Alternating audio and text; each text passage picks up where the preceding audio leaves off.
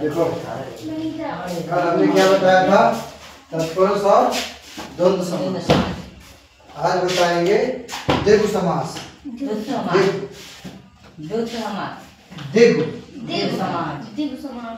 द्विगु समास।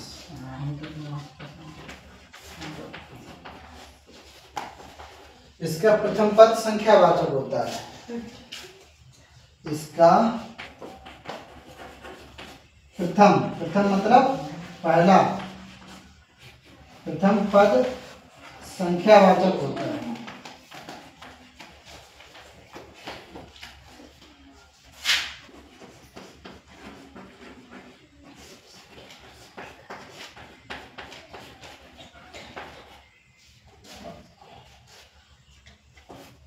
तथा पूरे समुदाय से एवं किसी समुदाय का इस समाज से क्या होता है, किसी समुदाय का बोध होता है।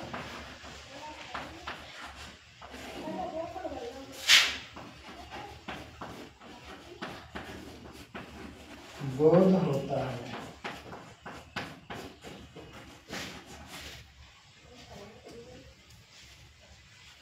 द्विगु समास इसका प्रथम पद संख्यावाचक होता है एवं किसी समुदाय का बोध होता है।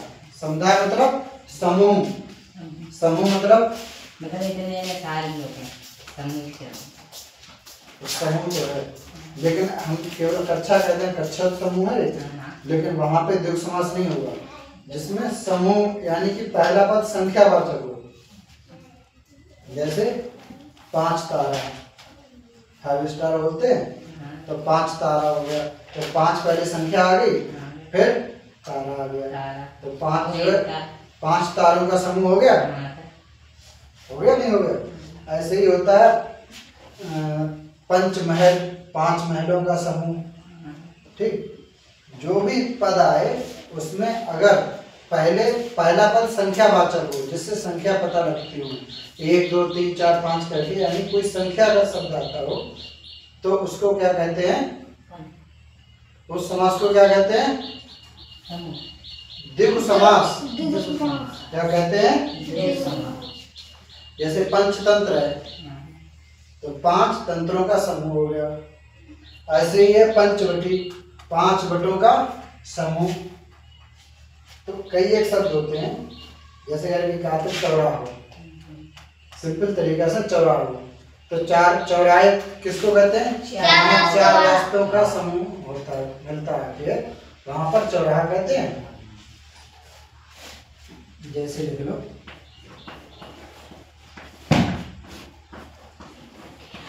चौराहा, 4 रास्तों का समूह।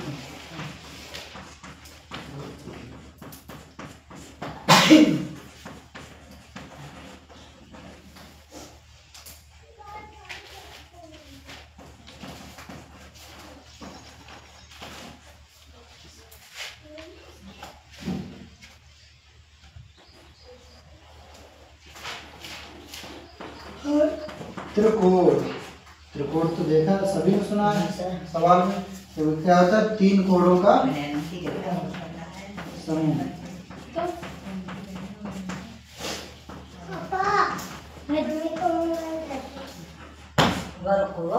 3 कोणों का समूह, नोट करो। अगला नंबर है कर्मधारय समास। क्या है? कर्मधारय समास।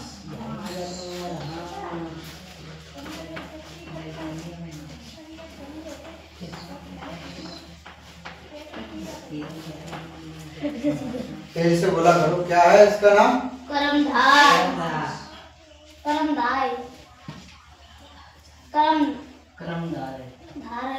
समास। तेजी से बोलो, क्या है? कर्मधारय समास। कर्मधारय समास। तो इसका भी पहला पद प्रधान होता है, लेकिन पूरे पद में जो है क्या होता है, उपमेय और उपमान या विशेषण और विशेष का संबंध होता है। जल्दी लिखिए, बाद में तक लिखिए तो पहले इस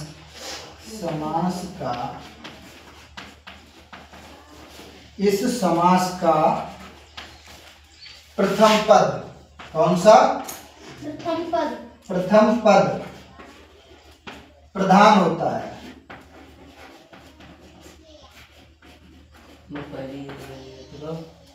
इस समास का कौन सा पद प्रधान होता है? प्रथम पद प्रधान होता है और पूरे और सभी पदों में, यानी कि समस्त पदों में या सभी पदों में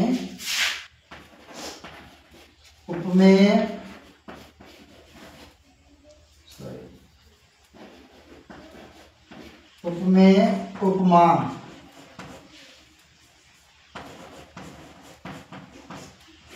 अथवा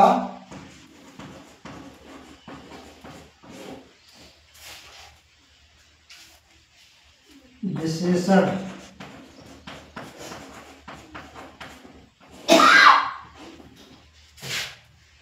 विशेष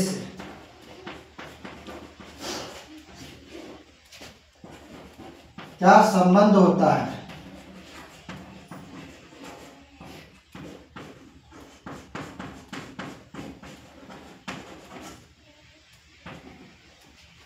किसका संबंध होता है? उपमा, उपमान अथवा विशेषण या विशेष का। अब उपमेय और उपमान क्या कहते हैं? किससे कहते हैं? हमने जो लिखा है तो तुम याद कर लियो, लेकिन उपमेय किसे कहते हैं और उपमान किसे कहते हैं?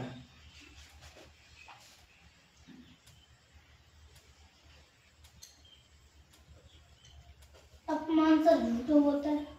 अपमान कहाँ लिखो? उपमान देखो, उपमान उपमान मतलब सर के लोग आदर ना करो। उपमान कहते हैं किसी प्रसिद्ध वस्तु से दूसरे की तुलना करना। जैसे समास देखो हम बता रहे हैं, जैसे नील गाय।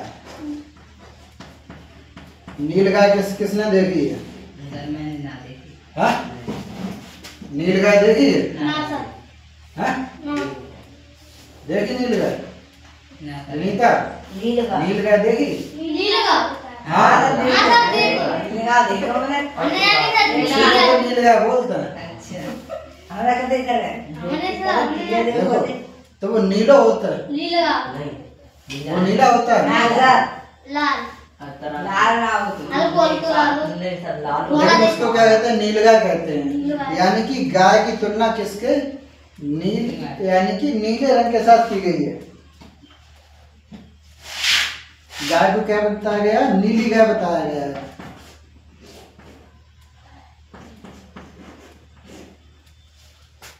ऐसे ही दूसरा होता है चंद्रमुख।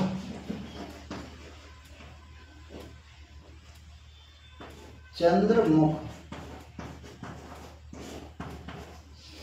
अब मुख जो है इसमें क्या बताया गया? चंद्रमा के समान।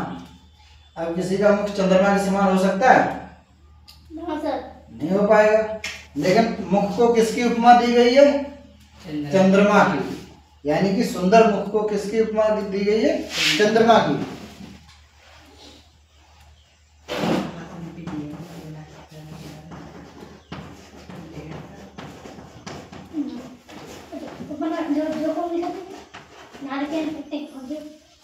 नोट कर लो,